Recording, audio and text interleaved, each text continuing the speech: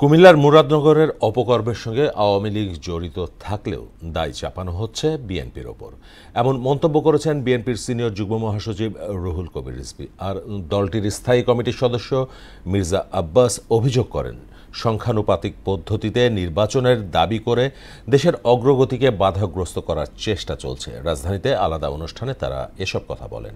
তানজিদ ভুইয়ার প্রতিবেদন। আন্তরিক শুভেচ্ছা জানাচ্ছি। নয়াপল্টনে দলের কেন্দ্রীয় কার্যালয়ে জরুরি সংবাদ সম্মেলনের আয়োজন করে বিএনপি। জুলাই শহীদদের স্বপ্ন বাস্তবায়নে সবাইকে ঐক্যবদ্ধ থাকার আহ্বান জানান দলটির সিনিয়র যুগ্ম মহাসচিব রুহুল কবির রিজভী। আমাদের একদিকে রাষ্ট্রীয় স্বাধীনতা, সার্বভৌমত্ব, সুরক্ষা এবং বহুদলীয় গণতন্ত্রের পথ চলা।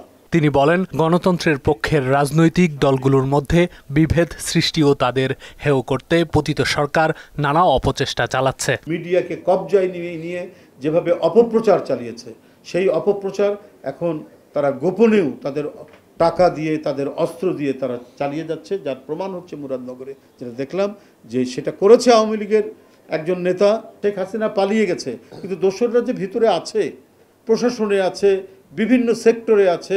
এদিকে রাজধানীর কাকরাইলে ইনস্টিটিউট অব ডিপ্লোমা ইঞ্জিনিয়ার্স মিলনায়তনে রমনা থানা বিএনপির সদস্য সংগ্রহ ও নবায়ন কার্যক্রমে প্রধান অতিথি হিসেবে যোগ দেন দলের স্থায়ী কমিটির সদস্য মির্জা আব্বাস।